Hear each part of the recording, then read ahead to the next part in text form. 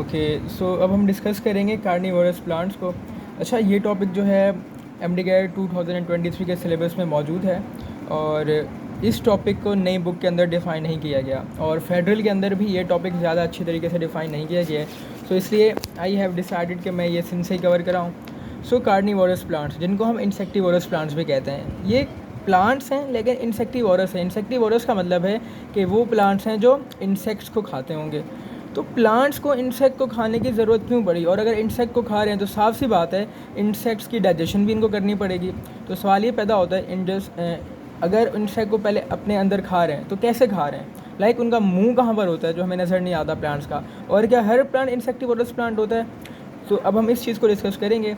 अच्छा, और एक और बात कि कौन से प्लांट्स होते हैं जो इंसेक्टिवोरस प्लांट्स होते हैं। हर प्लांट जो इंसेक्टिवोरस प्लांट नहीं होता ना, हमारे इर्द गिर्द बहुत सारे प्लांट्स मौजूद हैं, वो इंसेक्टिवोरस नहीं है। नॉर्मली वो लाइट का यूज़ करके अपना खाना बना रहे होते हैं। और एक और सवाल ये पैदा होता है, क्या कार्निवोरस प्लांट्स के अंदर क्लोरोफिल मौजूद नहीं होता कि अपना खाना खुद बना सकें? तो इन तमाम चीज़ों को हम यहाँ पर डिस्कस करेंगे। तो चलें अब इसको रीड करना स्टार्ट करते हैं और फिर मैं एक्सप्लेन भी करता जाऊँगा। अच्छा, इंसेक्टिवोरस प्लांट्स के बारे में सबसे पहले J.D. हुगर ने बताया था, ठीक है। और इसने कहा था कि जो डाइजेशन होती है ना कार्निवोरस प्लांट की, बिल्कुल एनिमल्स की तरह है। कैसे?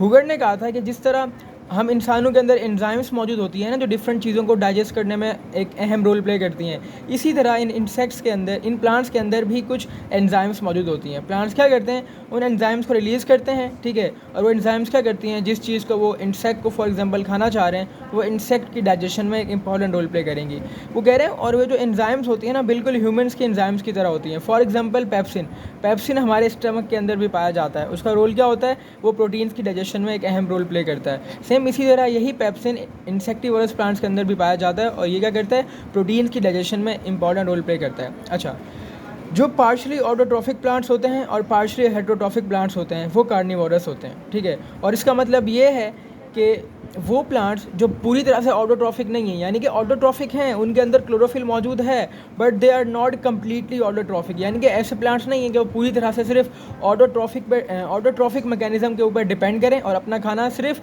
लाइट और कार्बन डाइऑक्साइड की मदद से बना लें और अपनी लाइक ग्रोथ में काम आए वो चीज़ इनकी। बट जो ऑटोट्रॉफिक प्लांट है ना, पार्शली वाले और पार्शली हेटरोट्रॉफिक प्लांट जो हैं, इन दोनों के अंदर होता है क्या? होता है हमारा क्लोरोफिल होता है, बट जो चीज़ लैग कर रही होती है वो होती है प्रोटीन्स वगैरह और नाइट्रोजन। ये प्लांट्स दरअसल पार्शली ऑटोट्रॉफिक प्लांट्स और पार्शली हेटरोट्रॉफिक प्लांट्स उन एरियाज़ में पाए जाते हैं जहाँ पर नाइट्रोजन कम होती है। और नाइट्रोजन अगर कम होती है तो ऑब्वियस सी बात है, प्रोटीन्स बनाने के लिए नाइट्रोजन का बहुत इंपॉर्टेंट रोल है। अगर नाइट्रोजन मौजूद नहीं होगी तो ये प्लांट्स प्रोटीन्स नहीं बना पाएंगे।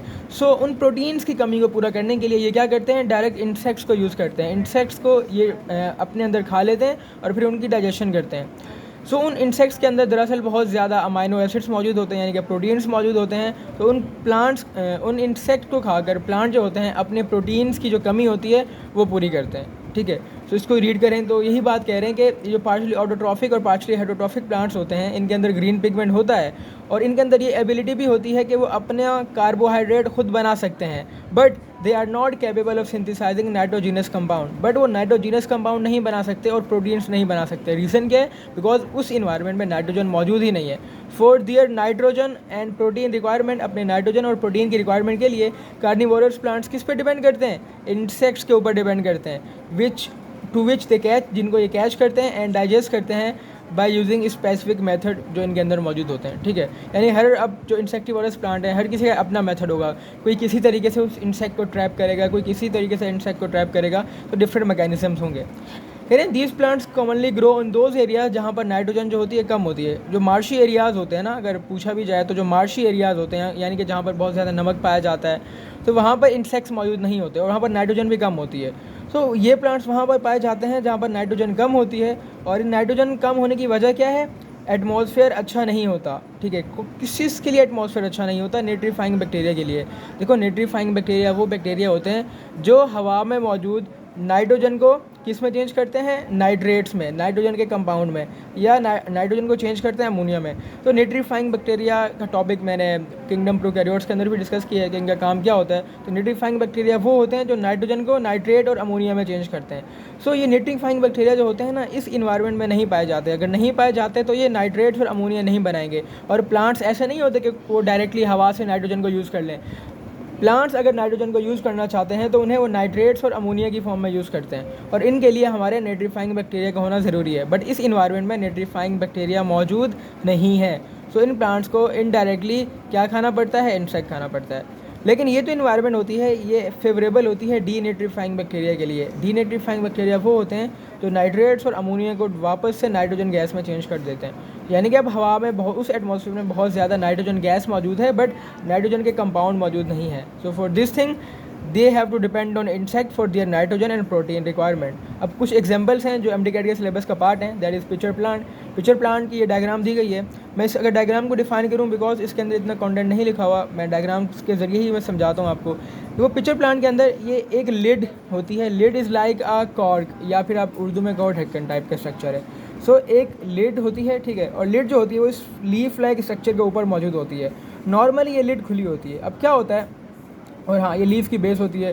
नॉर्मली क्या होता है, जब कोई इंसेक्ट आता है ना और इस एरिया के अंदर आ जाता है, तो इस लीफ के अंदर कुछ ऐसी एबिलिटीज़ होती हैं और ये सेंसिटिव होता है किसी भी चीज़ से। अगर कोई इनके अंदर कोई इंसेक्ट आके बैठेगा और इसको टच करेगा तो ये टच सेंसिटिव होता है, और जैसे ही कोई इंसेक्ट यहाँ पे आके बैठता है, टच सेंसिटिव होता है, तो लिड फ़ौरन से क्लोज़ हो जाता है। जब क्लोज़ हो जाता है तो इंसेक्ट जो होता है वो हमारा अंदर रह जाता है। फिर यही जो हमारा लीफ लाइक स्ट्रक्चर है, ठीक है, जो हमारे पिक्चर प्लांट का पार्ट है, वो क्या करता है, एंजाइम्स रिलीज़ करता है जो उस इंसेक्ट को डाइजेस्ट कर लेते हैं और नाइट्रोजन वगैरह में चेंज कर देते हैं और प्रोटीन्स में चेंज कर लेते हैं, ठीक है। तो लिड लाइक स्ट्रक्चर होती है किसमें, पिक्चर प्लांट में।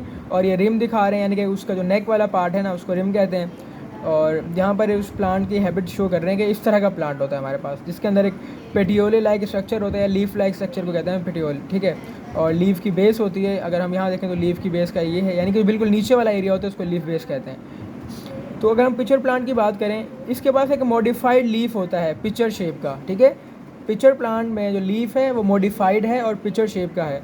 और इसके एग्जांपल्स आपको याद रखनी है, नेपेंथिस, ठीक है, और सारासीनिया, स्फेलोटस, हेलियमफोरा और डार्लिंगटोनिया, ये सारे इसके एग्जांपल्स हैं। आप इसको निमोनिक बना के याद कर लें, लेकिन नेपेंथिस, ठीक है, सारिसोनिया और सारासीनिया, तो ख़ास तौर पे जो सारासीनिया प्लांट है ना, या साराकीनिया, जिस तरह भी प्रोनाउंस किया जाए इसको, ये प्लांट जो है it is the most common pitcher plant. जो सबसे ज़्यादा पाया जाएगा वो ये वाला है, जिसको हम सारासीनिया या साराकीनिया परप्यूरा भी कहते हैं, या येलो पिक्चर प्लांट भी कहते हैं, ठीक है। बल्कि येलो पिक्चर प्लांट सारासीनिया फ्लेवा को कहते हैं। तो सारासीनिया की दो वैराइटीज़ जो हैं बहुत कॉमनली पाई जाती हैं, दैट इज़ सारासीनिया परप्यूरा और येलो पिक्चर प्लांट, जिसको हम सारासीनिया फ्लेवा भी कहते हैं। तो ये पिक्चर प्लांट है और ये इंसेक्ट पे डिपेंड करता है, इंसेक्टिवोरस प्लांट है। और इंसेक्टिवोरस प्लांट्स वो होते हैं जो पार्शली ऑटोट्रॉफिक होते हैं और पार्शली हेटेरोट्रॉफिक होते हैं। इसका मतलब ये है कि अपना कार्बोहाइड्रेट बना सकते हैं, बट नाइट्रोजन वगैरह के लिए और प्रोटीन्स के लिए ये उन पर डिपेंड करते हैं।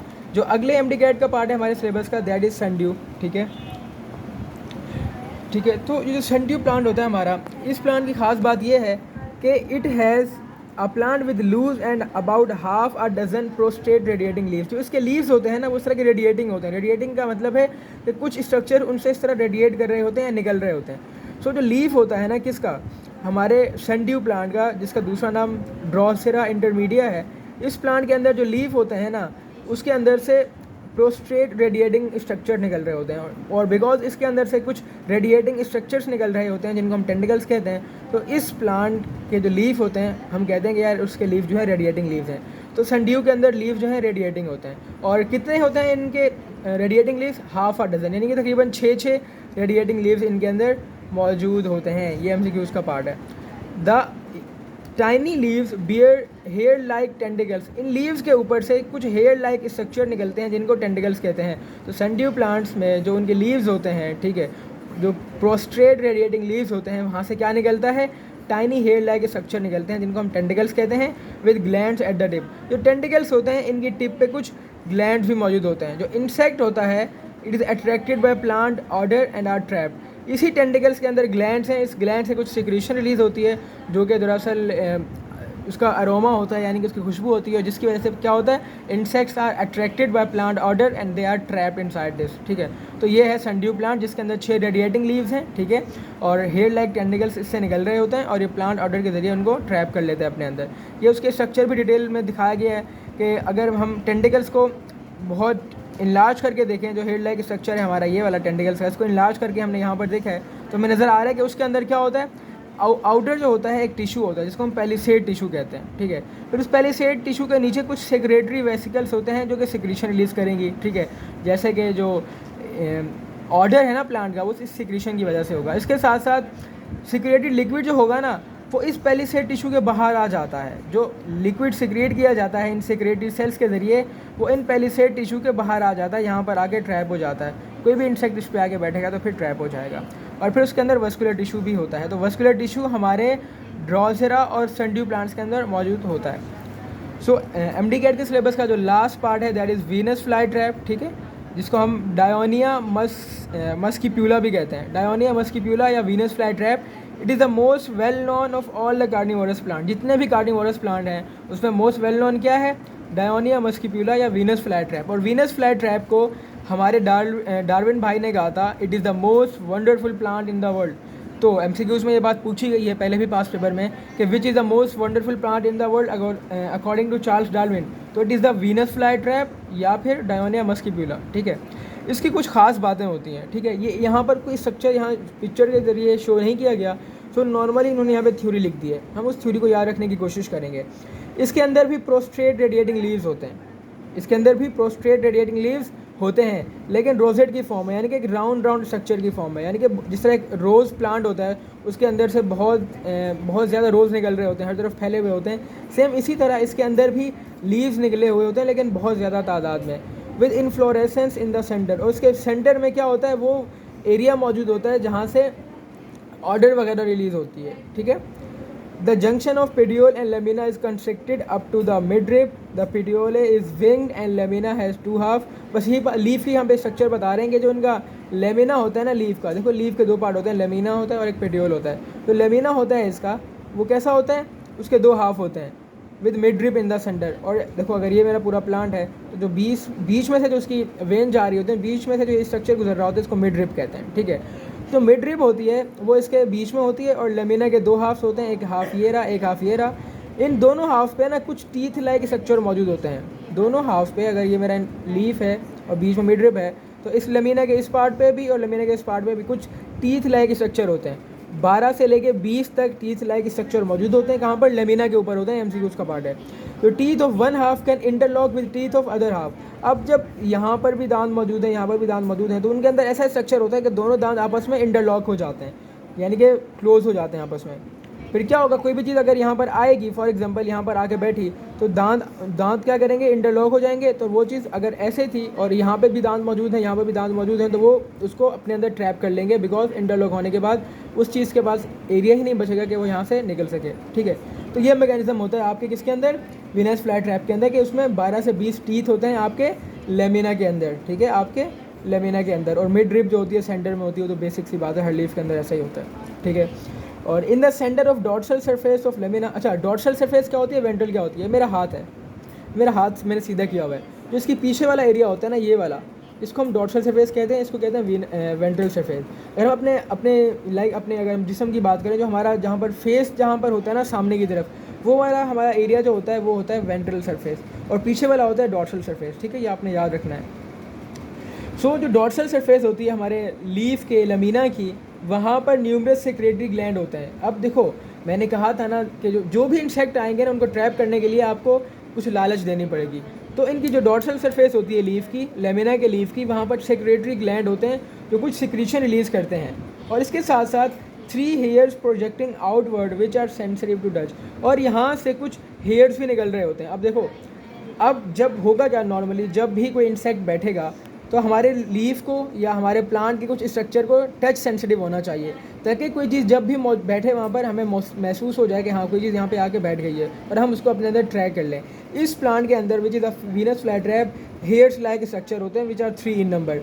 तो 3 हेयर्स होते हैं जो प्रोजेक्ट कर रहे होते हैं बाहर की तरफ, और जब भी कोई चीज़ इनके ऊपर आके बैठेगी तो ये टच सेंसिटिव होते हैं, और ये फिर प्लांट को सिग्नल करेंगे कि कोई चीज़ आके बैठ गई है, तो मैं काम करो, अपने दांत जो हैं 12 से जो 20 टीथ हैं उनको इंटरलॉक कर लो। इसी तरह वो चीज़ बीच में ट्रैप हो जाएगी, और फिर जो इंसेक्ट है, जो आपका प्लांट है, वो इस इंसेक्ट को डाइजेस्ट कर लेगा।